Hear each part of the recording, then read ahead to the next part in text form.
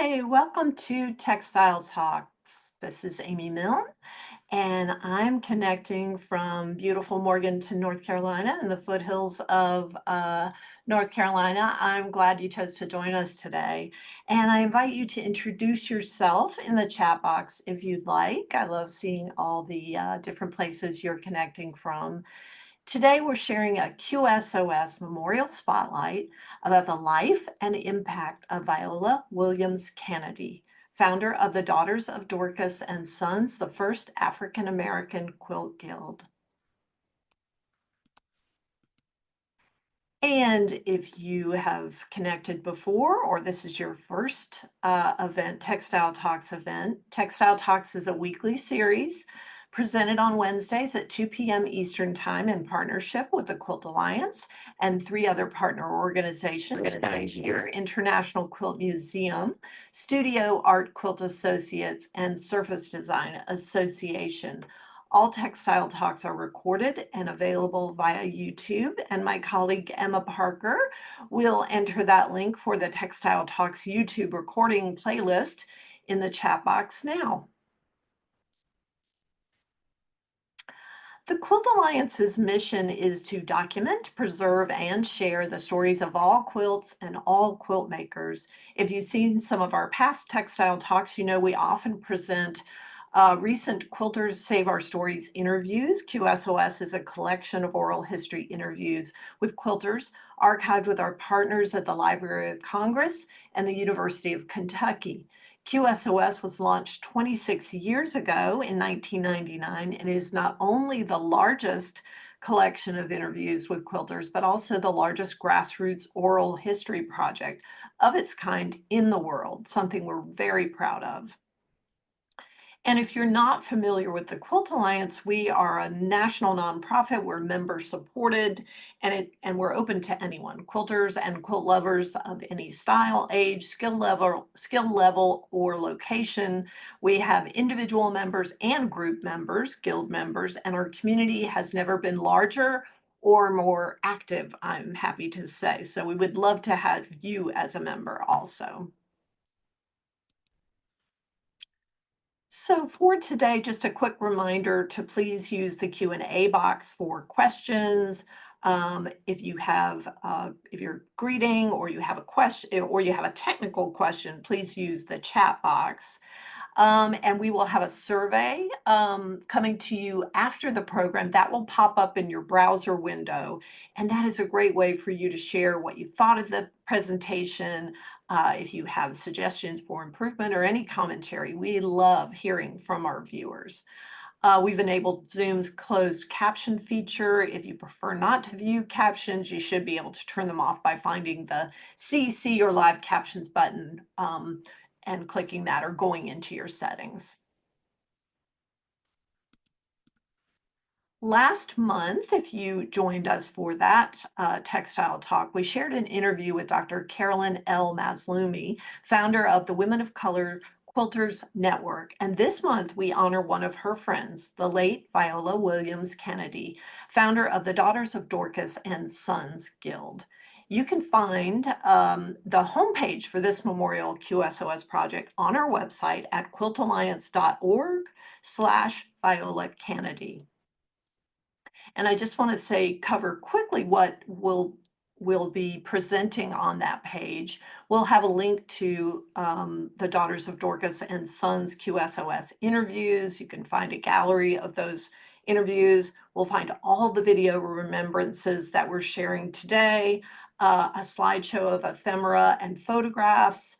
And Maria Goodwin has provided a Viola Williams Canady and Daughters of Dorcas and Son resources and reference list, which has amazing links to archives, articles, photographs. And there's information on how you or anyone you know who was a friend or a guild member of the Daughters of Dorcas can submit photos, text, and audio recordings. We have a voicemail line set up, and we're going to accept those through June. So I hope you can help us get the word out to continue this receiving submissions. And I want to thank all all of you who are here or watching this recording who have submitted content for this project. A special thanks goes to QA member Maria Goodwin, who's going to join me in a little bit, whose passion for research and archive really fueled this project. And thanks to all our panelists who you're going to meet soon. So today's program does include recorded and live content. So you may have to adjust your volume on your device if the volume level drops. That's just something Zoom does, trying to equalize everything. So you may have to turn your volume on your device up. But we're going to hear excerpts from Mrs. Canady's 2004 QSOS interview, and then video messages created using messages and photos submitted by friends, family, and colleagues. And in the second part of the hour, I'm going to welcome a panel of guests, as I mentioned, to talk about the impact that Mrs. Canady had on her students, her fellow quilters, her community, and her family. So let's get started and watch and listen to some of these videos.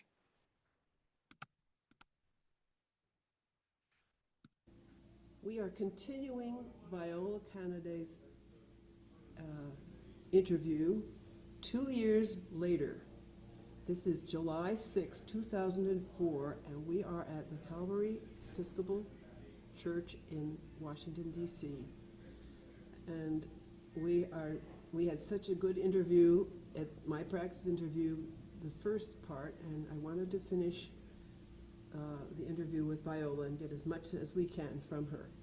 So, hi Viola, how are you today? Oh, hi Evelyn. Thanks so much for agreeing to do this again. Yes. I think we'll just take on from where we left off.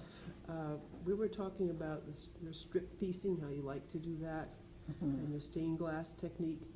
Could you tell us a little bit more of other favorite techniques or favorite things you like to do in quilting? I like to do trapunto. I like to do cathedral window. And I like all kinds of scrap quilts. All, because I can remember from my childhood of sewing scraps together. That was a quilt to me with many colors, you know, because we had just scrap bags with little pieces and everything. And that's what they would always give me to sew.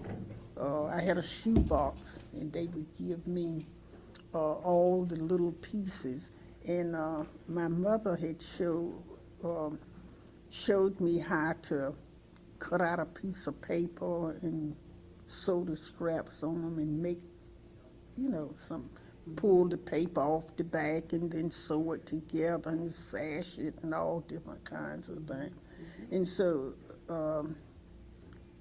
that's what I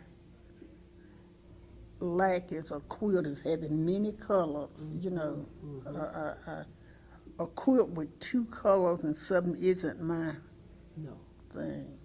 My thing is lots. Oh, yes. Lots of color. Now, do you make mostly large quilts or wall hangings? Or what is Well, I used to make large quilts, but then in the later years I made wall hangings. I made so many big quilts. Well, I made quilt tops, a lot of them, and just sold the tops like they were. You sold them? Yeah. I sold. Oh, I had to make money. And so I sold them. And then when I got tired of doing that, and when I started teaching quilting, I would choose what I wanted to wall hanging, or, you know, because you could. Then somebody asked me after that first cathedral window that I made, and somebody bought for $3,000. They said, why don't you make something that the average person can afford, you know, and I started making little wall hangings and little pieces. And could you describe the subject of a lot of your wall hangings? As I Well, remember, a lot of them were women, African women. yeah, I remember some. yeah. I have lots of women. I have angels Oh, yes. and men, just different things, anything that would come up in my mind that so I'd be looking at a book or something, uh, uh, looking at a book or something and see something, I want to try this, and then I would try it and everything, and come out with something. Now, in first, I would start on something and didn't bit more know what I was making than a chicken, but I thought it would do, and it would turn out pretty, turn into something that I wanted. We were just at the point that you had the Sumner School exhibit, and I was wanting to know how you came about doing that big wall hanging for the Sumner School. After I had that show there, I think that's the first time they had ever had any time. You know, it just remodeled, just turned into a museum, and they hadn't had any shows like that. That was the first quilting or anything like that they had, and Mr. Herbert just thought it was, and he just thought for some reason they thought I could do anything. And one day, and he was saying, it was a picture on the wall, and he said, I bet you could do a picture of the building, couldn't you? I said, "Yeah." I wasn't even thinking. I don't know why. I always had a thing about when somebody asked me to do something, I could do it. So I could do it. And so when he asked me, I said, yeah, I could do one. He said, you really can? I said, yeah. And he says, well, what do we get? And I said, you don't get anything. And then they wanted to know how much you charge. I got to think about this. I don't know about this because I wanted to be a part of the historical thing. I didn't charge them much because I really didn't charge them what I really should have charged them. But they got the money together and told me to buy whatever I wanted to use. And I bought more fabric that didn't match. Oh my Lord, I bought more fabric that didn't match. And then when I got the fabric, I got started on it, and up to some, I don't know how many times I didn't go up, because a different time of day, the building changed colors. I go up there with this fabric, and this don't look like it. And whether you know it or not, there is a lot of different shades of fabric up in that roof, lots of different shades. in the roof, you say? In the roof of that building. Yeah. So because they said that is the really the part of the summer that's well known. You can see it from way away in those different colors. That's awesome. So okay, I start.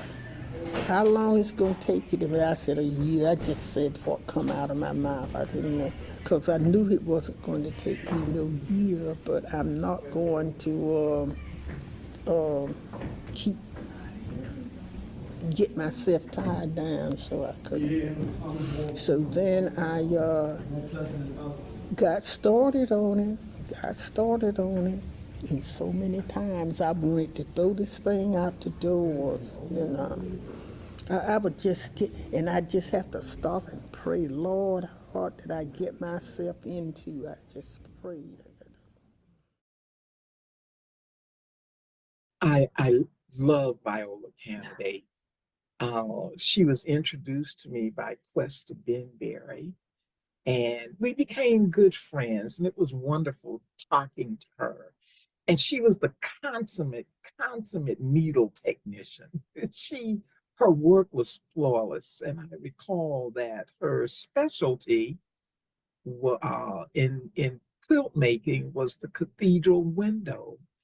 And I have a piece by her with the cathedral window design, and it's very delicate, and to me, a very delicate and fussy design, something that I could never ever attempt to do. But she was very good at it. She was a generous person, always willing to teach. She was a good friend, always willing to listen. And Daughters of Dorcas in itself is a very important group because that was the first uh, African American Quilt Guild that was a member of the National Quilt Association. So that's the pivotal point when we talk about quilting organizations, and that happened because of Viola. So she was very much loved and respected in the quilt community, and she's missed. I miss her.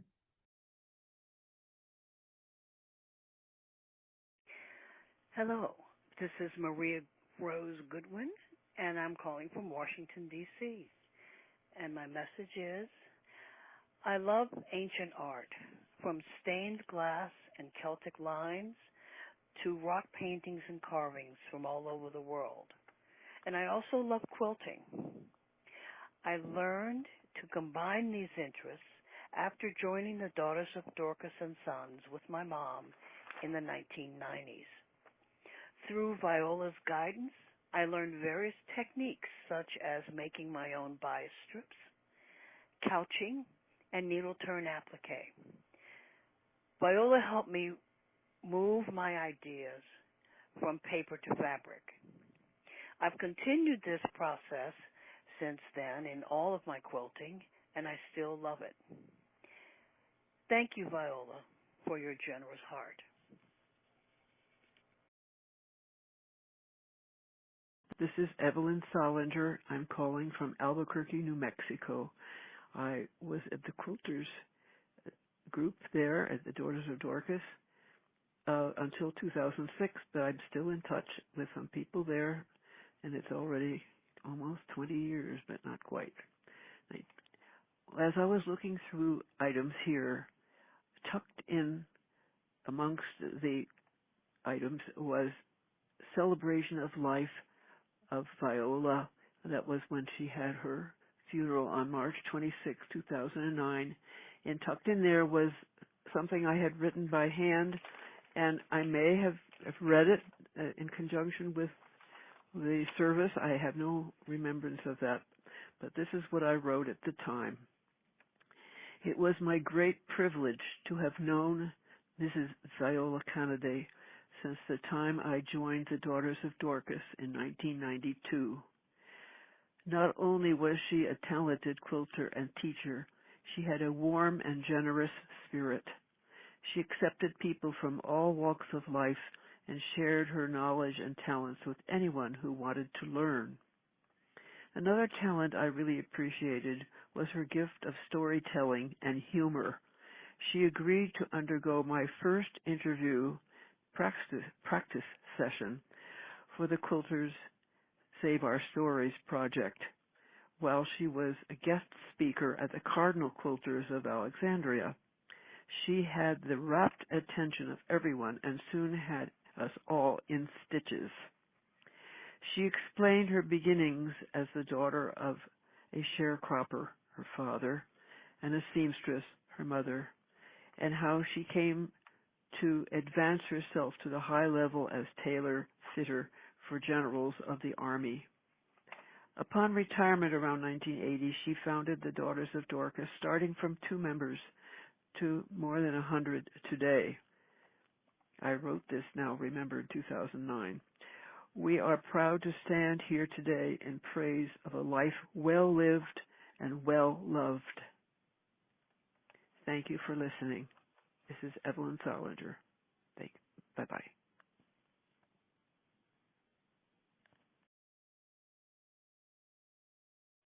My name is Alice Jackson Foster from Washington, D.C. When I retired from the federal government in 1996, I decided I wanted to learn something new. A colleague was a quilter. I said, not quilting for me, too much math. After taking a quilting class for beginners at the Smithsonian's Anacostia Community Museum, I changed my mind and joined the Daughters of Dorcas and Mrs. Canady. I have never stopped quilting and have added many more crafts from meeting other quilters. Mrs. Canady made sure we had perfect quarter-inch seams and how to use the seam ripper, how to couch, and make her famous logo. Under her leadership, we were encouraged to participate, and we did, make charity quilts, teach students at D.C. public schools, and one year I had the honor of quilting at the Folk Festival on the National Mall. Each year we had the opportunity to display quilts at Sumner School, where her famous quilt of the school hung. I will never forget her and the talented quilters who sat at the front table who kept an eye on us. Thank you.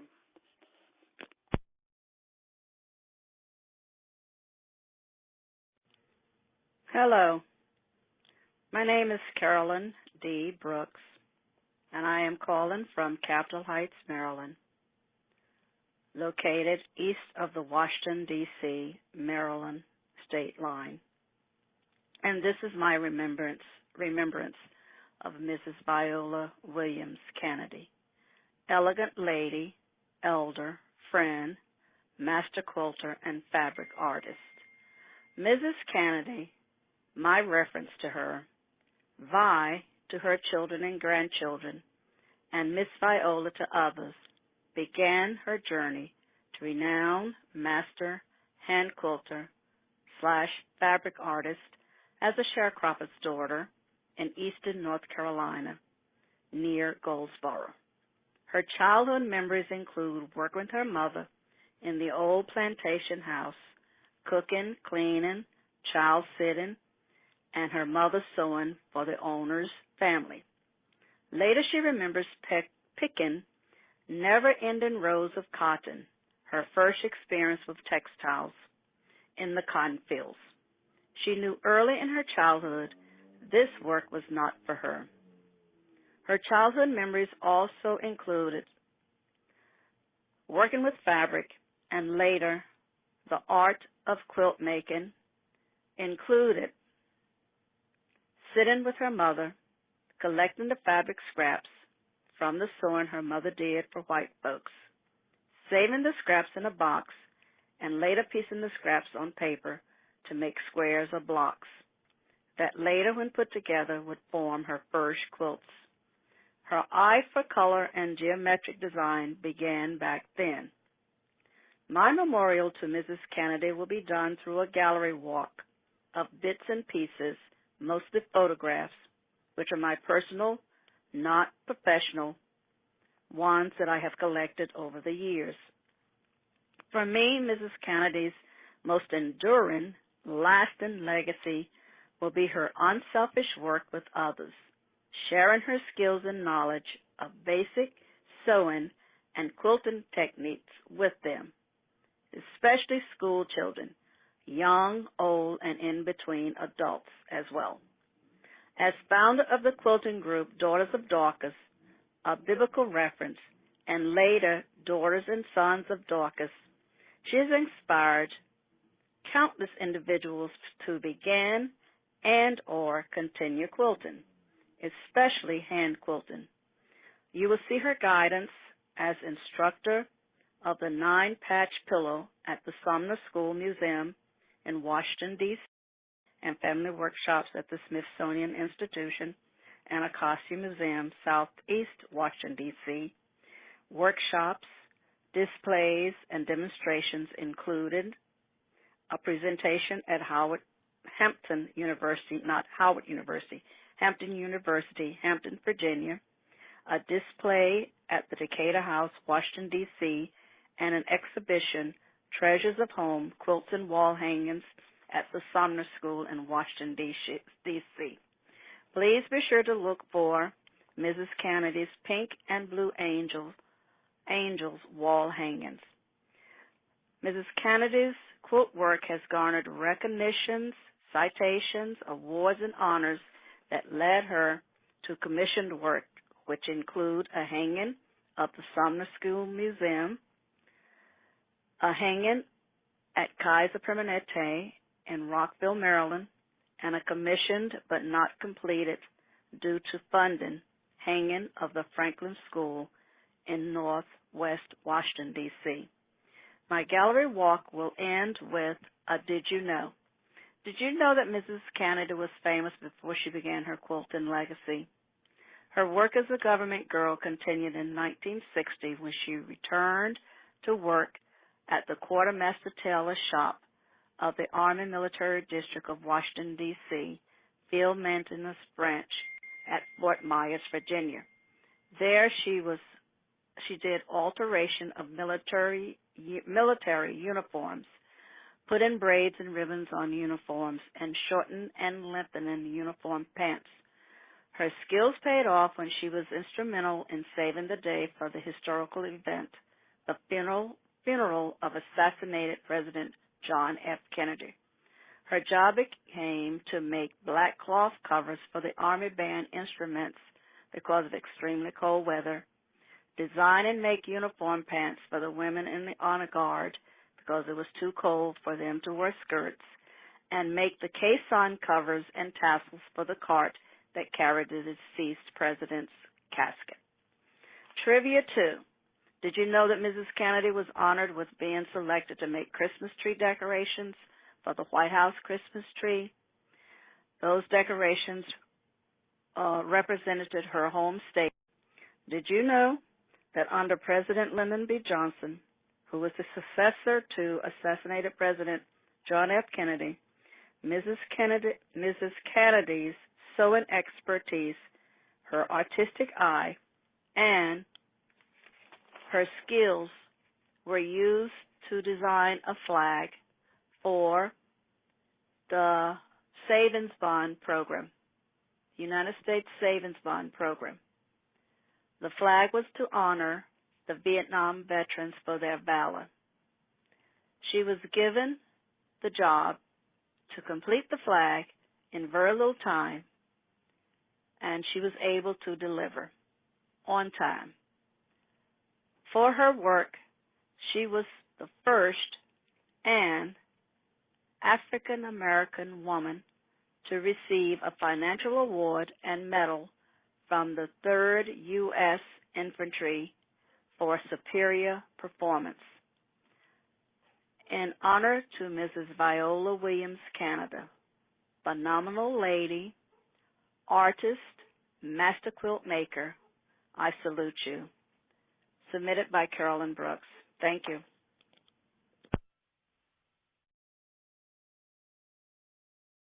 Hello, I'm Geraldine Whitley, calling from Washington, D.C. I met Mrs. Canady and the Daughters of Dorcas and Sons in her class, and I found her to be a delightful, caring, and considerate type of person. She paid particular attention to small details, and she encouraged her students to do the same. In addition to her spiritual and prayerful designs, her quilting technique was just superb. It was the most interesting and perfect design I had ever seen.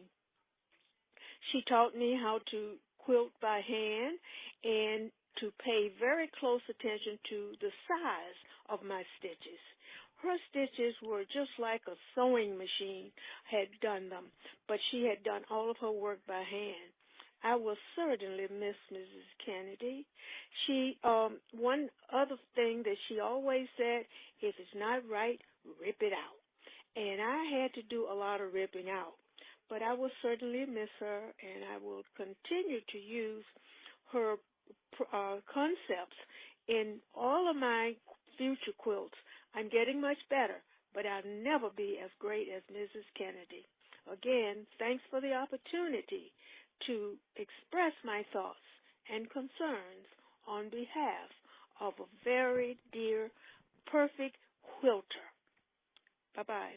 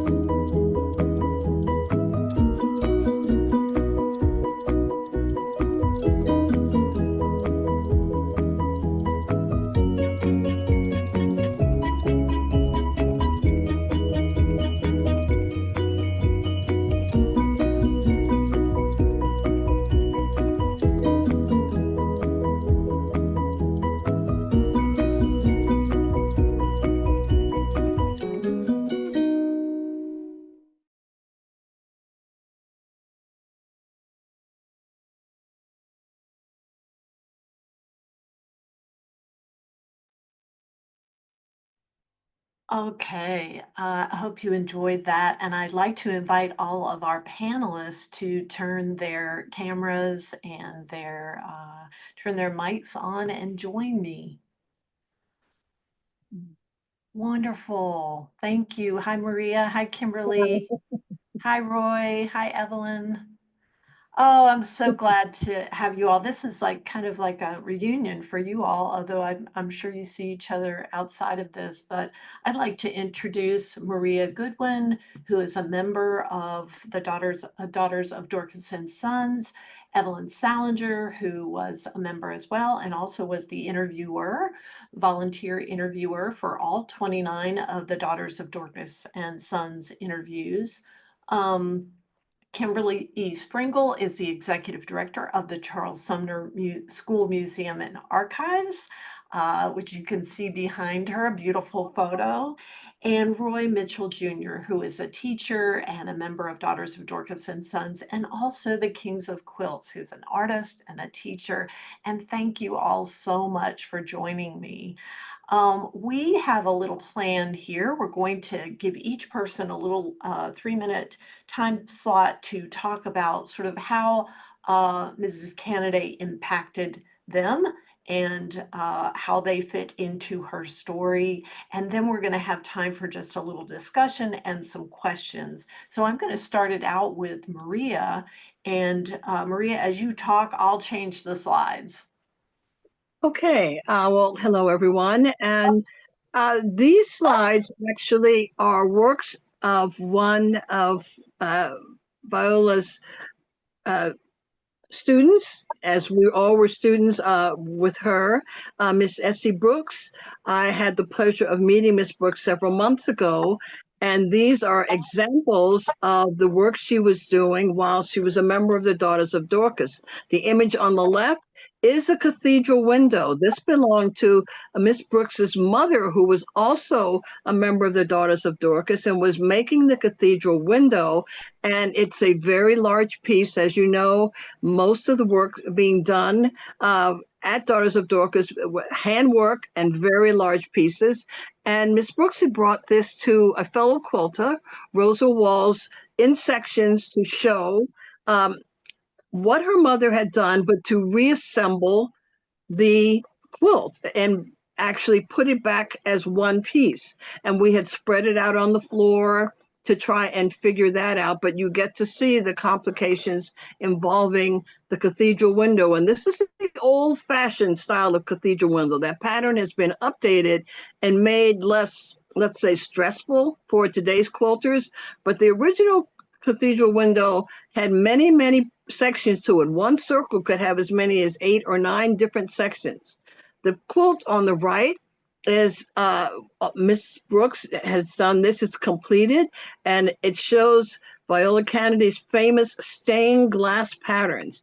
Those patterns are individual. That is a full quilt. I think I've included most of the images there, but Viola loved the stained glass pattern, and she made kits for those in the class who were participating. And Miss Brooks has one of the finished versions. That is, I think we measured each of those blocks. I believe it's about 14 inches square, so you can figure out on with the borders and everything the actual size. But you get to see the designs that Viola designed herself. Um, I think if you have another picture, I'm not sure of that. This is, you saw, yes, this one, you see a close up. The image on the right, that is the strip that Viola would cut. She made kits for those who were participating in the project. And when I say a kit, I mean she cut the fabric. She created these designs herself. You can see her name signed on each of the actual designs. She drew the design onto the squares of fabric. She cut the black strip, and she included the background colors. She made these kits for each person who was participating.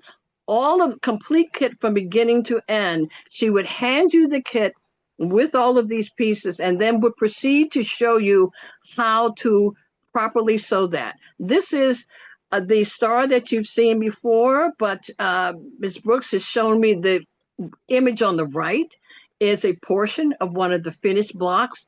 And my understanding from Ms. Brooks, she says Viola dyed the fabric herself. Oh, wow.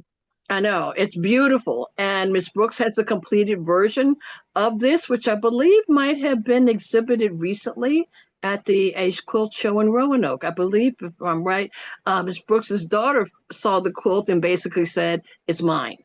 So Unbelievable. Well, Marie, we've got to keep going, but I love that you have what the consummate archive of Viola Canady's ephemera and patterns, and it's just incredible. We're going to keep adding to the collection, but thank you so much. And we'll keep the conversation going in just a minute. Now I'm going to call on Evelyn Salinger, who was the interviewer for all of the interviews under the Daughters of Dorcas group, except for Roy Mitchell, who we're going to talk to in a minute, but his is under the Kings of Quilts. But we've included him here too, because he was one of the sons in Daughters of Dorcas. So tell us why you wanted to do this, take on this role as interviewer, and what did you gain?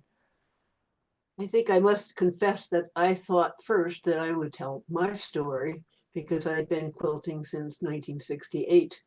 And I went out to the Virginia Quilt Museum, where it's about 130 miles out from the DC area. And there they presented this whole idea about interviews for Quilters Save Our Stories. This was like 1999 or 2000. And I thought I was going to tell my story. Well, it ended up they were recruiting people to find other people's stories. So not being very experienced at this, I decided I would ask Viola to be my first example. And we tried, we have a small, about 5 or 6 page interview. And then 2 years later, in 2004, so it was 2002, 2004, I actually finished with hers. And much of that was even in the presentation already this morning in her own words. This was the old-fashioned way. I had a cassette player, I had a typewriter, I had a camera, and I worked on that both at the Daughters of Dorcas and at the Cardinal Quilters, which is in Virginia. Well, I lived there, and then when I moved to Albuquerque, which is where I am now, in 2006, I did 11 more people here. And I would say only in retrospect, I realized how important it is for everyone to have a chance to tell her story. Every quilt has a story. Every person who does quilting has a story. And it all becomes so interesting that you can talk for hours about any one quilt. So I would encourage everyone, if you have a chance to do this, now it's more digital, it's easier, but I think this has been a wonderful project. And I was so pleased to be able to do that with Viola and the rest of the crew there. Well, we're so glad you did it. And I think it does take a a bit of stamina and a bit of passion to do that, especially as many as you did. And I want to say to any one of you listening who want to do this with your group, your community, your public library, whatever, your church group, we can help you with sample questions, with guidelines. It is digital now. You can use your phone. And so I'm so glad you were able to tell that story and, prove that it doesn't require a whole lot of experience or previous training. Well, thanks to Viola for being my first trial person. Yes. So I'm going to move on next to Kimberly Springle. And I was so glad that you were able to join us too, because you are living with Mrs. Canady's work. Will you tell us a little bit about her impact on the Sumner School and Museum and Archive? Yes, indeed. Thank you so much. I enter this space with gratitude. I am so honored to be here and to speak on the legacy and impact of Viola Canady. I arrived at the Sumner Museum in 2008. And as you all have heard throughout the presentation, there are 2 decades that predates my time there in which Viola Canady had a relationship with the museum, with the founding director, Richard Hurlbut. I literally got goosebumps listening to her voice, speaking about how she produced this beautiful quilt that you see here. I changed my background photo so you can see the actual Sumner School Museum and Archives building, so you could understand what she was speaking about the brick and the colors. And I want to say I was very fortunate that the predecessor director, Nancy T. Suggs, I worked with her for 4 months. And also during that period, I met Viola Canady in 2008. And I say that because within that 4 months, Mrs. Suggs wanted to impress upon me the most important things about the building and some of the most important people. And that included Viola Canady and also this treasured quilt that's referenced in the record as the gift. And I'm again grateful because in preparing for this panel, it really prioritized me, of course, to go look back in the record.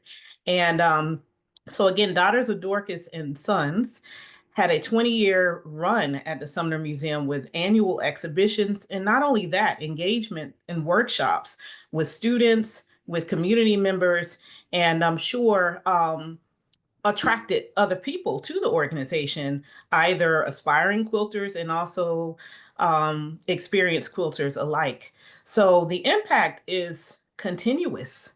When I arrived, the Great Hall looked a little different. Maria may know that. The quilt was behind a curtain most of the time. So it literally was like revealed for special occasions. About 10 years ago, I refreshed the space and I decided that the curtain needed to come off and everyone needs to see this quilt all the time.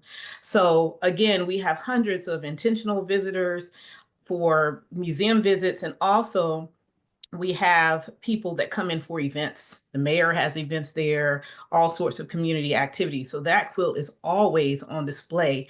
And in that regard, I'm sure I speak Viola Canady's name at least once a month on a regular basis, because I have to talk about this quilt in the space. People are curious about it, and they're most surprised that it's textile art. So people walk up to the quilt to take a look at it, and they're like, "That's fabric? I can't believe it. It looks like a painting."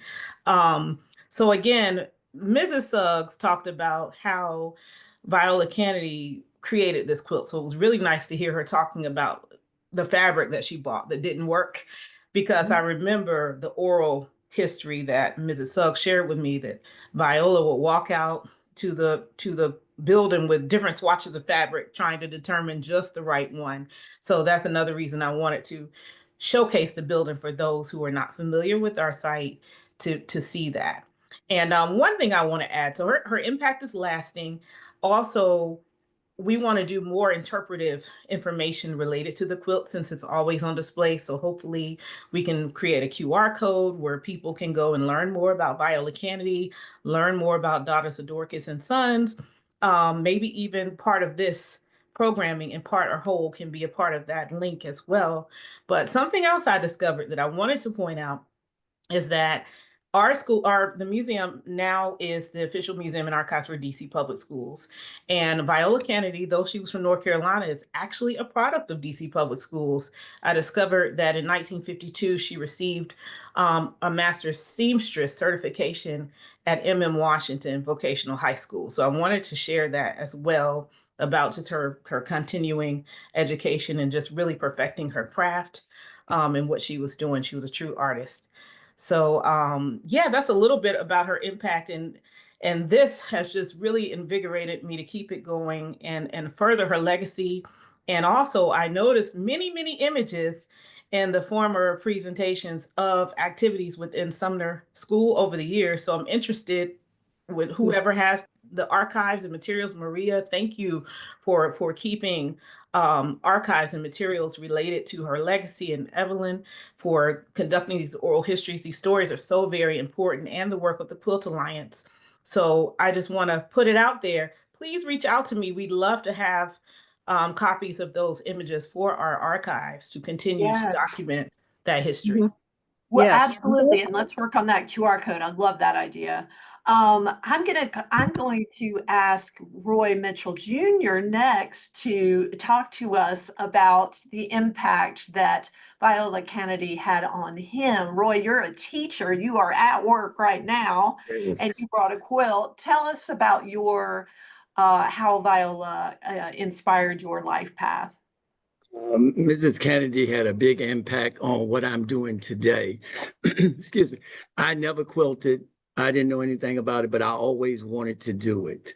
And when I called her on the phone and asked, told her that I wanted to join a quilt guild, she invited me to the Daughters of Dorcas and Sons Quilt Guild that was at a church in Washington, D.C.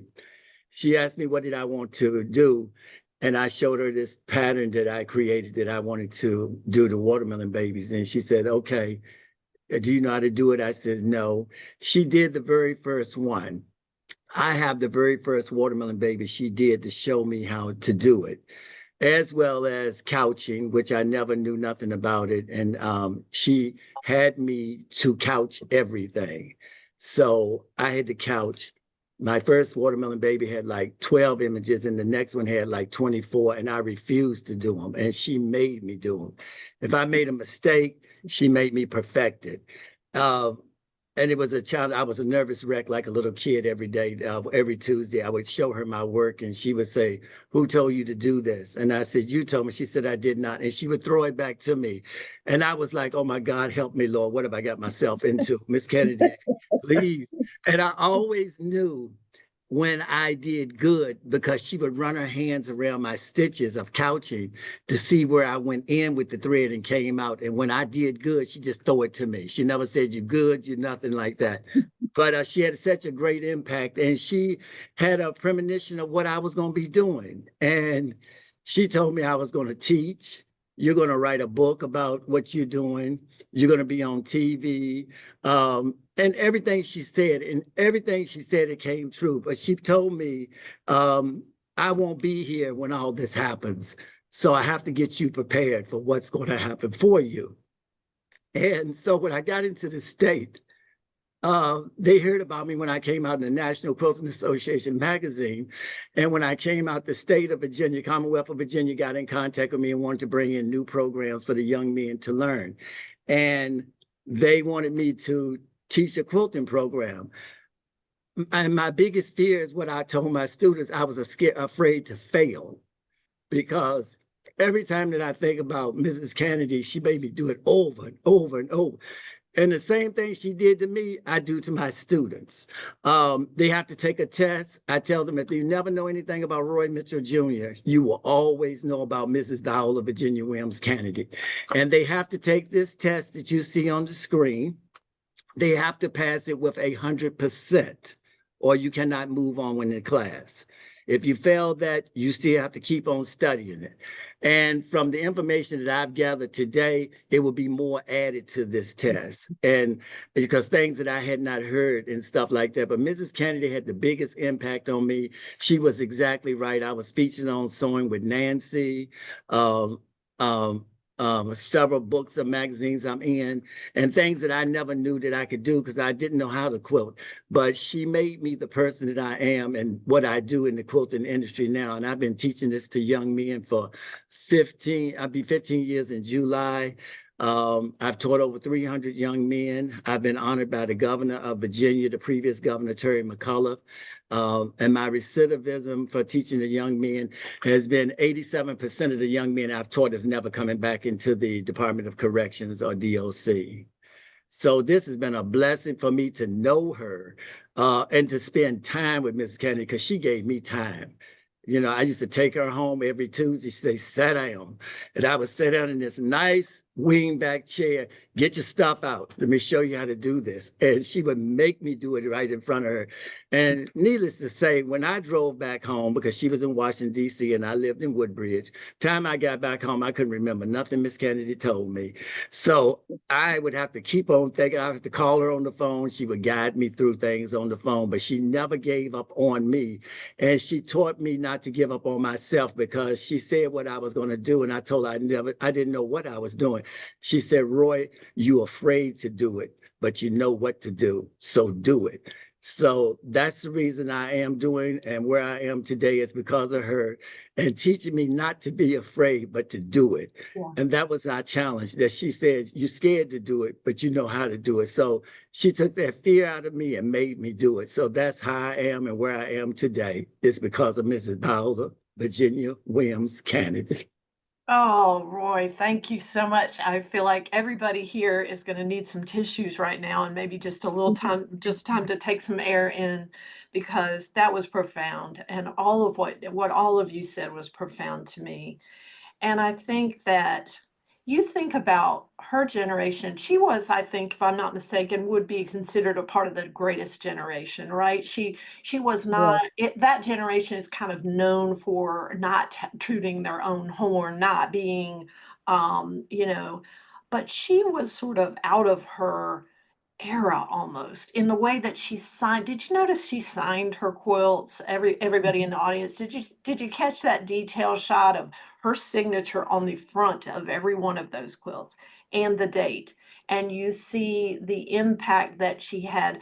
I hear you saying she was, I wrote it down as you were talking. She was affirming, but on the down low, right? She wasn't trying to say, good job. She wasn't effusive, but she was demanding and she exacted her standards on you. And I think it's just so incredible that people like Maria, you went to Daughters of Dorcas with your mom, Sarah Jane. Yes. And so she had this multi-generational impact. And Kimberly's talking about that, too. She was very patient and she just wanted you to do your best. And she saw your best in you before you were aware of it. But she was able to understand, your talent and help you sort of like Roy said, sort of put your fear aside and just do it. Yeah. And she, as you're listening to, for instance, Carolyn Brooks' memories, and it's almost like one of these biopic expansive, her making the caisson covers for the Kennedy funeral, she had so many huge experiences in her life, but she was open to that. She was ambitious in a way, right? She was aware of her talents, but she didn't broadcast them. You were aware of her talents for what she did. She was bringing a lot of sewing skills to her quilting, and but you never heard her mention that. She never, but how she helped you, all of that, just very fascinating. She was very giving, and she was about community. She was about giving back to community. Daughters of Dorcas was that, with the charity, with making quilts for the hospitals, for various individuals. And that is a theme, I think, with quilters in general, but you give back to the community. And just one little cute thing, I know members of the Daughters of Dorcas remember Viola Canady's bell. When you're going to the Calvary Episcopal Church, there's about 30 people there at any given time, and we're all talking, things like that. And Viola Canady, her voice is strong there, but in a room like that, her voice might be soft. She kept a bell on the table, And I mean an old-fashioned school bell with the handle and everything. And when she needed to make a statement about something, and we're all talking and chattering, she would stand up and ring the bell about 5 seconds to get us to quiet down, and then she would talk. So I know many of us remember that bell and wonder what happened to it. So it was just good. She helped you. She helped you find yourself, and she wanted to make sure you got out there and got your work out there to other people. Things like that. It was just an experience. It's one of those types of experiences you have. You're very blessed and fortunate to be in that type of element, and which happened more often, but it's one of those things that may never come again. But you feel blessed that you were there to experience it and experience her giving and her patience and just her love of the quilting. She really loved quilting. She loved the design. Like she says, she loved colors. She always loved the colors. So, and I do miss her. I do. There many a times something will happen, and you just sort of miss that aura, that kind of community. And things are more rushed now. Things are very hectic, and it's a calm moment. So we do miss her. We do miss her, but she left a legacy. She certainly did. And I see her legacy in all of you, and it has been a privilege to work with you on this. And I hope that we will continue to get memories and submissions, and that we can share those with the Sumner Center, Sumner School Museum and Archive. And I'd like to ask one question before we go, because Cleta Bradwell has asked what the size of that quilt is at the Sumner School. Do you know, Kimberly? That is a good question. I don't know the precise size. Is It's it something I can. person It is. size? No, it's much larger than that. The I thought images it you would had be kind of bigger. showed the perspective, but that's it's a big stage. It's a stage in the Grand Hall, and so standing in front of it, it's like it might be probably maybe 10 feet tall. Yeah, it's tall. Wow. Yeah, yeah, Yeah, it's when very you're large. It's standing. very large. Yeah, Well, we will yeah. end with that vision in our mind, that this petite powerhouse of a human being who made this incredible quilt, and her impact was that large too. So I want to thank you all so much for being here. Thank you, audience. I want to share my screen and show you what is coming up next week. We've got, let's see, where is it? We've got Sakwa next week and Sacred Threads, and they're going to share healing art. So thanks, everyone. Thank you, panelists. Thank you, contributors. And thank you, audience. What a wonderful hour to spend with you all. Take care, everyone. I'm going to play our sponsors because we thank them so much for underwriting this wonderful program.